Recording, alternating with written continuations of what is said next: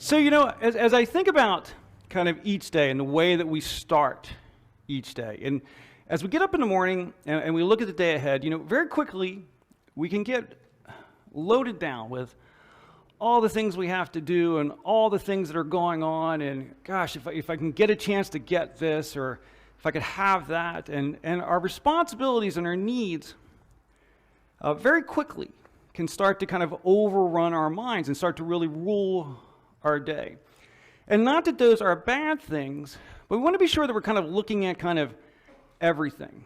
All right. So today, as we continue our series, The Most Excellent Adventure, what I wanted to talk about today is the idea of having a clear focus. As you go into your day, what's the focus of your day? And what are we trying to achieve in each day? So remember, the way we're doing this series is that we're looking at the first century, and we're looking at these first century documents we call the New Testament. And we're going to look at it from a very first century viewpoint. Right? Look at them in terms of what's happening in the first century. So as we look at these documents we call the New Testament, we want to look at them like people did in the first century. And we said we would have fun with it, that we would actually imagine that we have a time machine. So what I wanted to do today was actually travel back in time to very near the end of Jesus' ministry. And we've kind of been here before. We've been back and seen Holy Week and the Last Supper. And what I wanted to do today was actually go back just a little bit earlier, right? Just before we get to Holy Week. Again, Holy Week includes Palm Sunday, the Last Supper, all the way to Easter. And so as we head back to that time frame and we arrive, it seems like we hit our mark. That we arrive there and we see Jesus and his apostles, because we remember them because we've been back here before, we've seen them, and we see a large group of people traveling with Jesus. And they're on this dusty dirt road in the desert. And as we listen to what they're saying, it seems that they're on their way to Jerusalem. And so that's where we want to be, because that's where Holy Week takes place. All this takes place in Jerusalem. And so as they're walking along, we hear Jesus talking to his followers. And he's explaining to them what the week ahead is going to look like. That you're going to see things that will shake your faith to the core. But take heart. Even though those things happen, this is part of the plan. This is part of how it has to happen. And he explained that they would see him be arrested, go through a mock trial where he was determined guilty before it even starts, beaten, executed, but he says, take heart. On the third day I will rise, and with that, I will bring in something new, and I will bring God and man closer together than they've ever been. And I will reconcile God and man and bring that together to build that relationship in a new way. And throughout this conversation and throughout his time, he talks often about the kingdom of God. And this idea of the kingdom of God was a confusing idea for them. What did the kingdom of God mean? Because Jesus was talking about the fact that God is not distant. We may not see him, but he's not distant, and his kingdom can come closer. And through Jesus, that kingdom was getting closer. And through what Jesus does in the following week, what we call Holy Week, through Easter, the kingdom of God and our earthly existence will be closer than they've ever been. And so as he explains all this, as so often was the case, they kind of just stare at him blankly. They don't get it. They don't understand what he's talking about. Even after 3 years, they still don't get it. Because what would happen for them is that they would hear the word kingdom. And they couldn't help but look at the fact that earthly kingdoms behave a certain way. Earthly kingdoms are conquering kingdoms. They come in, they destroy their enemies, they take over, and they rule with an iron fist. In fact, Israel knew this really well because they had been conquered by Rome, and they were living that way. So that's what they heard. But what they also heard was, if we're on the side that does the conquering, you know what happens when a conquering king comes in? He gives all his friends really good jobs, and we're his friend. So what they were looking at is that as he moves into power, because he said the kingdom's coming, we get cool jobs. We get to be powerful people too. Instead of being oppressed, we get to be oppressors. Right? That's what they were hearing as he talked about the kingdom of God coming. And now remember that there are a number of people traveling with Jesus that, as we look at the scriptures, we normally think of Jesus and his 12 apostles. But there was a larger group called the disciples. And the disciples were just generally those who followed him. And that could be at different times very large groups. In some cases, actually even thousands of people. But it varied. And the disciples were a mixed group of both men and women. And people were following for different reasons. Some people followed because they really, really believed that Jesus was the promised one. Other people were following because he gave them free food along the way. Right? People followed for different reasons. Many people were following because of what they could get from this relationship. Not saying that everyone did that, but many of the people were doing that. So as we're there and we're watching and we see Jesus and we see this crowd behind him, we notice that in the crowd, one of the women is kind of nudging her way towards the front. And she's trying to get closer and closer to Jesus. And then as she gets closer, we notice she's a little bit older than some of the other women there. And then just before she gets to Jesus, we see her actually gesture to a couple of the apostles. And we realize it's their mom. So it turns out that in that crowd of disciples, many people's moms were traveling. In fact, Jesus' mom traveled with him a great deal of time. And so as she moves forward and she gestures toward them, what we see happen is the mother of James and John, the sons of Zebedee, came to Jesus with her sons. And she knelt respectively to ask a favor. Now, there's a few things going on here. One thing to note is that John is the John who is the author of the Gospel of John. John is generally considered to be the youngest of the apostles. Estimates put him anywhere between like 13 and 16 years old, so he's a very young person. James is probably not a whole lot older.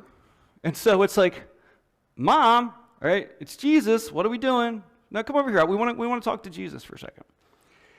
And you realize what's just happened, right? Jesus has just explained what lies in the week ahead and how brutal it will be. And he's trying to bring God and man together. And what does Mom do? Hey, Jesus, can I ask you a favor? There's something I want from all this that's going on. So Jesus says to her, well, what's your request?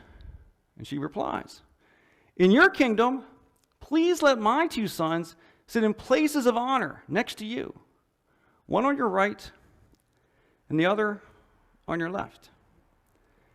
So what she hears now is that, hey, Jesus, you're going to rise to be king. And kings give their friends cool jobs. I want you to give my 2 sons the 2 best jobs. I mean, sure, all these people have been traveling with you all this time. And there's this 12 who's been really dedicated to you. But my 2 are better than the rest of them. Can you give my 2 the very best of what you're soon going to be handing out to everyone?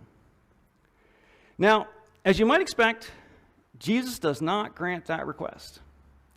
But we want to be careful because we can be very quick to condemn their mom for kind of hearing all this and seeing all this and focusing so much on what Jesus can give to them. And it's interesting because what it really comes down to is that she wants to make sure her boys get what they deserve. Because if they don't, someone else might get what they deserve. And it's important for us to understand that if we were listening closely as the apostles and other disciples walked with Jesus, many of them were thinking the same thing. What am I going to get out of this deal? What's the benefit for me of being here all this time? And honestly, it's something that we want to be really careful of because how often in our own lives, as we deal with relationships, as we deal with other people, do we look at that relationship as an opportunity for what I can get as opposed to what I can give? So what happens here with James and John's mom is, a little bit more blatant, but fundamentally it was going on with all of them, and it's something that we always have to be in check with for ourselves. And of course, one of the things that happened in this case, as Mom approaches Jesus, she doesn't do it quietly, at least not quietly enough. Because if we overheard it, guess what? The other apostles overheard it too. And no one steps forward and says, hey, you shouldn't be asking for that. That's not what's happening. What happens is they go, wait, I want those spots. Why are you giving it to them? Why are they asking for this? I want that kind of power. I want those benefits. Jesus, what are you going to give me for all I've done? And so they start to argue, and they start to get upset. So finally, Jesus has to step in, and he explains to them that you guys are really misunderstanding this whole thing, that this kingdom is going to be very different, and that you need to be aware that you can't be looking at what you're going to get from this kingdom. He actually spells it out like this. Jesus called them together and said, you know that the rulers in this world lord it over their people. In other words, power is for crushing people, is the way they see it. And officials flaunt their authority over those under them. But among you, it will be different. Whoever wants to be a leader among you must be a servant. So Jesus makes a point that he's been repeatedly making over these 3 years, that in the kingdom that he is ushering in, God's kingdom is not going to be like earthly kingdoms. Jesus is not going to ride in and conquer, not in the way they think. He's working on a cosmic scale. You guys are working on an earthly scale. And then he goes on to explain that you think of kingdoms the way you've always seen them, always about what you get by doing this, how a relationship benefits you. What are the things you get to take because of position?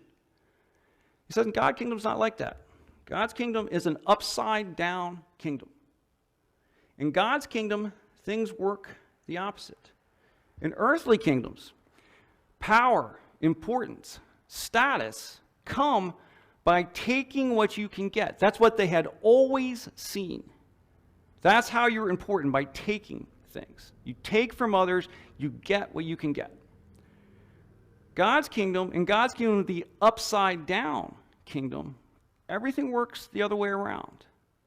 That power, importance, status are based on what you give. They're based on what you do for others. In God's kingdom, the most important people are those who focus on giving to others, those who focus on caring for others.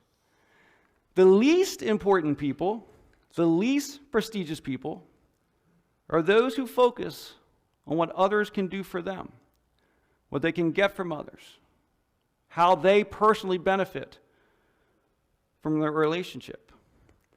And then Jesus drives this point home. He says, "For even the Son of Man came not to be served, but to serve others, and to give his life as a ransom." Now that's simple but incredibly powerful statement. That is actually a foundational element of our faith as Christians. That Jesus, the one that we believe as Christians, is from God. The one that is unique in humanity. That he is the one who is here to establish the kingdom. And if he's here as the one to establish the kingdom, that makes him the king. That makes him the most important person in the kingdom. And Jesus explains, you know what that means as the most important person in the kingdom? That I didn't come here to take from you. I didn't come here to get things from you.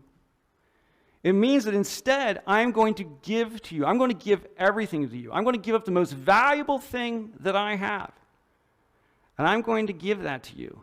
That's how you will know where I sit, where Jesus sits on the ladder of importance. He sits high on that ladder because of the way he gives.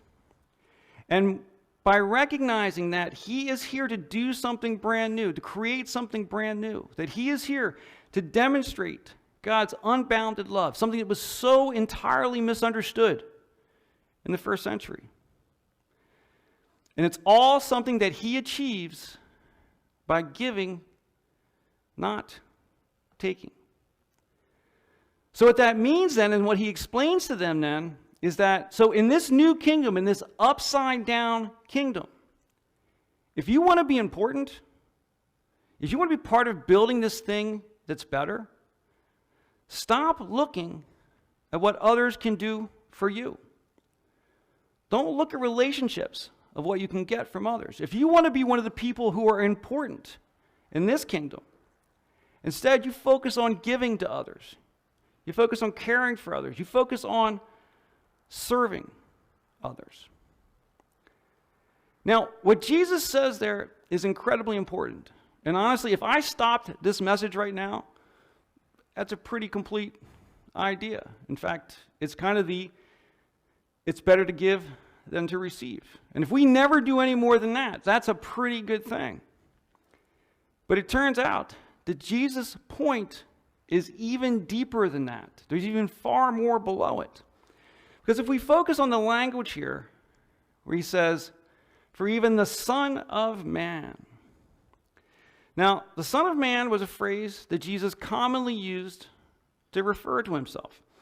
And what's interesting is that, for us, that's a really odd phrase. I mean, for years, I never understood what he meant by that phrase. Why did he use that? But it turns out in the first century, that phrase would not have been quite as foreign to them. It would be a little bit different, but we can see where it's going.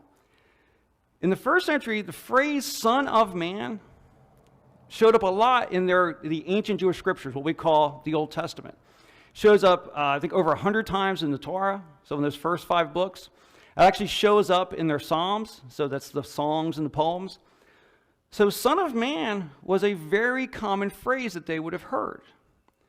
But it would actually had a kind of specific meaning to them. There were a couple of different things that phrase could mean, but one of the most common meanings, Son of Man meant humanity, all of humanity. And it's interesting to note that in Hebrew, the word man and the word Adam are the exact same word. So Son of Man is son of Adam. Someone just who's descended within humanity. So they would have known that phrase to mean humanity, but they would have always heard it as a Son of Man, the indefinite marker a, right? A Son of Man, meaning that someone is part of humanity. But Jesus uses the definite marker the Son of Man, meaning the humanity. So Jesus is making it clear that he is the representative of humanity, that he is the perfect human, that he is the one who lives out our nature the way we were intended to be. So if we want to really live true to our humanity, what we need to do is do what Jesus does, right? Treat people the way he treats people. We need to behave in difficult situations the way he behaves. We need to respond to people the way he responds. Because when we do that, we're living the way we were created to live. And when he talks about giving, not receiving, he's talking about the true nature of humanity. The true nature of humanity is to give. But we've gotten away from that. And in restoring the kingdom, or bringing God's kingdom here in this upside-down kingdom, he is giving us a path to a more restored humanity of compassion, of love, of giving. That Jesus' human nature is our nature as it was intended to be. But with all that being true, let's step back for a minute. Because remember that we've been kind of taking this journey for several weeks now. And early on in this series, we traveled back and we actually saw somebody make a demand of Jesus. If you recall that, one of the apostles, as Jesus was teaching, basically got really frustrated with him. And then he finally just kind of screams out, "Would you just show us the Father? Would you show us what God is like?" Remember what he said? "Anyone who has seen me has seen the Father." So he's saying that his nature is the exact nature of God. That if you see how Jesus behaves, that shows you the nature of God. And this is such a key lesson in the ministry of Jesus, that Jesus shows us the nature of God, but he also shows us our true nature, our nature as humanity was intended to live. So what that tells us then is that if we will live our lives, if we will make decisions consistent with the way Jesus lived, consistent with the way he made decisions, if we do our best to live that way, we are actually embracing our true humanity, humanity as it was originally created.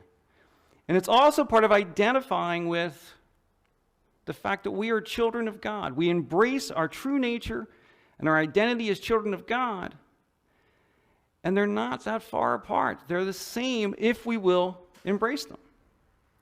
So what does that mean for each of us, right? What does that mean in our lives? Well, for individuals, what it means is that when we stop focusing on ourselves, when we stop looking at relationships and experiences as ways to get things, we stop looking at ways to take things, and we switch and we change our focus. We get a clear focus on how we can give. When we look at a situation, we don't ask the question, what can I get from this? We ask, what can I do to help here? And then we look for the hurting. We look for the lost. We step in to do what we can to lift up the broken. When we do that, that's when we are most like God. Because remember that we are created in God's image. He related his nature to us. So living that way allows us to embrace that nature and to live most like God. But now, what does it mean as a church? What does it mean as a church when we live according to those truths? When we don't focus on what we can get. When we don't focus on what people can do for us. When we focus on being a good neighbor. We focus on serving the community. We focus on giving what we can. Support to serve our neighborhood. To serve the people in this region. And to serve people around the globe. When we do that, we are most like the representatives of God the church was always intended to be. We have to switch that mindset. We have to make sure that in everything we do, we're always looking for what we can do, not what we can get. So as we look to the days and weeks ahead, what I'd like us all to do is start out with a day considering two questions. Rather than focusing on what I can gain in this day, what I can gain in this experience, if we would simply start out each day asking these two questions: what can I give today? And what can I do for someone else today? And then decide to do that. And that will change every aspect of our lives as individuals. It will change every aspect of what we are able to do as a church. So let's embrace that truth, that we have the chance to live our lives true to our nature, not our fallen nature, but our intended nature. And when we do that, something amazing happens. The world starts to change, and we get to be part of it.